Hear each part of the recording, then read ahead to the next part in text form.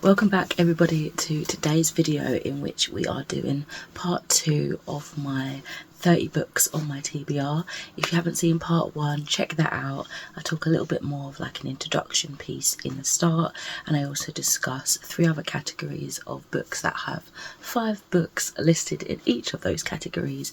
The categories in that video are subscription box books, library books and horror books. So we are continuing today with the other 3 categories that have, of course, 5 books within each field. So starting off with fantasy, really need to continue on with the Throne of Glass series by Sarah J. Maas, and the next book that I'd be on is Cal's book. This is Tower of Dawn, in which we follow Cal Westfall's journey to the southern continent, where he seeks healing and discovers unexpected alliances that could change the fate of the Empire. This one a lot of people have read in tandem with the other book, as they happen at the same time, but from different perspectives. And I don't know, I've seen that there's like bookmarks you can get that tells you when to switch between books. It just sounds really overwhelming to me, so I don't know if I'm going to do that or if I'm just going to read them like back to back as a series. I would love to do the tandem reading, but I just think I'm going to get really confused and kind of stressed. That sort of, I don't know, that's not something I've ever done before, and it just seems like really stressful. So if you have done the tandem reading of Tower of Dawn and the other book, I can't remember the one that comes after this, then let me know how that experience was for you. On the flip side, if you have read them sort of back to back, or even over years, like as they came out, spaced out, let me know how that was for you. And if you ended up going back and doing the tandem reading, what was the experience, what was the like similarities, differences, that sort of thing. I would be very intrigued to get any advice regarding that. Basically, I'm aware my voice is kind of croaky and dry. I haven't had anything to drink yet. I've got my cup of tea brewing over there, so hopefully that will soothe my throat at some point in this video. So you have to deal with like morning voice Jen at the moment. I apologise for that, no one needs to hear that, but here we are, subjected to it all. Dracul by Bram Stoker and J.D. Barker. This is, I thought it was originally like a sequel to Dracula, but I believe it's actually more of a prequel. And for some reason I have come into having 2 editions of this. I've got the hardcover edition, which I'm pretty sure I purchased when it first came out with a little cutout window. This one, I think maybe my friend was getting rid of a load of books and I saw that, forgot I had another copy at home, and asked if I could have it. So here we are. So yes, it is indeed a prequel, but it's interesting because we're following a young Bram Stoker who is confronting the dark supernatural forces that imagines the origins of Dracula, as well as the terrifying experiences that inspired the original cult classic. So I am intrigued as to how they do that. Like, is it going to be kind of like a meta thing where the author is now a character within the universe? Like, I'm very intrigued how they're gonna go about and do this prequel. In recent years, I've seen like quite a few negative reviews for this one, so maybe it doesn't actually pull off what it's trying to do, but I like to make my own opinion on books and most things, all things really, to be honest.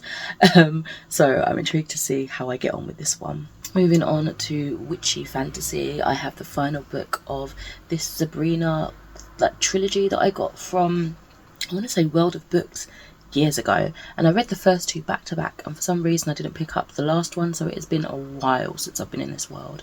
But yeah, with no more Sabrina the TV show, I was sad, so I read them quite quickly in succession. This one just fell through the vines, I guess.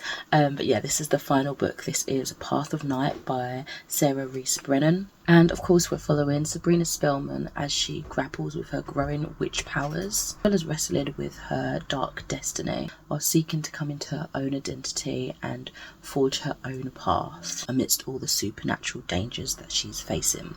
As I say, read the previous 2 books, really adored this one. I think I'm going to love this one too. I just need to pick it up and get going, really. Next up is a fan favourite. We've got Legends and Lattes by Travis Balthrey. I don't know how to pronounce the surname, so I do apologise. Is it I think it's Boldre.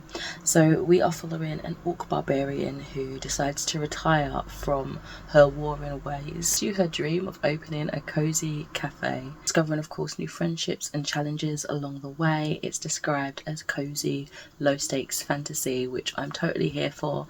I don't know why it's taken me an age to pick this one up, but hopefully near future you are going to be read. I think I got this particular book from Blackwell's bookshop, I think, and I got a really beautiful little print of the front cover as well, which is sitting beautifully up on my bookshelves. I think it's fallen down actually, but yeah, it's really cute. I like it. The art is just stunning. They should make a graphic novel or like a little TV show of it.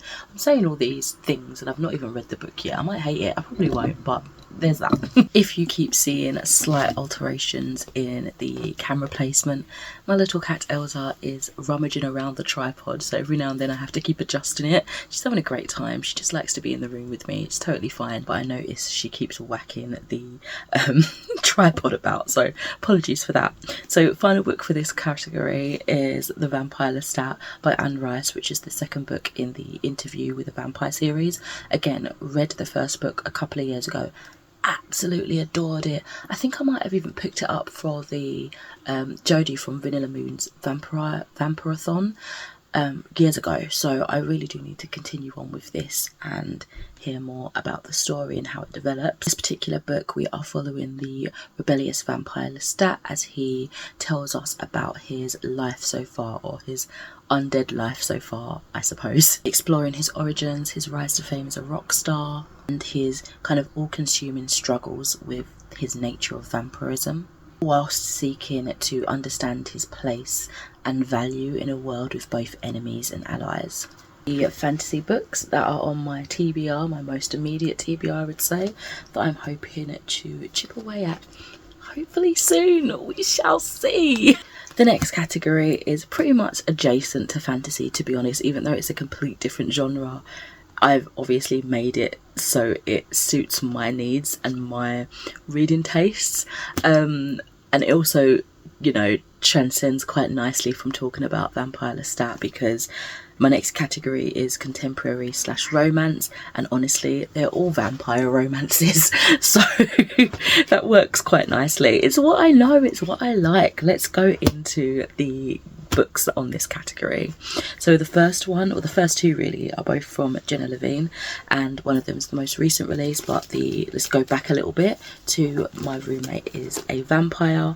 I was so excited to read this when I picked it up back when it released, and again it just slipped through the net somehow. We follow a young woman who becomes very suspicious of her charming next door neighbour, and the story really kind of develops from there. I think it's going to be a cute kind of light read. I think it's going to be a nice filler book. I don't mean that in any way disrespectfully, but you know when you need something a little bit more light-hearted and a nice quick read that you're still going to enjoy and think about from time to time, but you just need it in between those heavier, denser books. I think this could be that, and honestly I could probably say the same for My Vampire Plus One.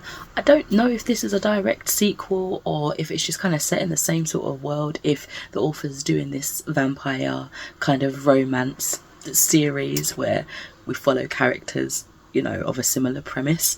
If so, I'm here for it either way. In this one, the simplest blurb is a woman's life is turned completely around when she takes a vampire as her plus one to a wedding, covering secrets that put them both in danger. Following two books in succession are the next in the Shade of Vampire series by Bella Forrest. So I recently revisited the first book, Shade of Vampire, like 7 years later. It was titled Revisiting, something like that. I'll link the video somewhere for you, where I read it again to see how I thought about it this time and compared it to my original review 7 years prior.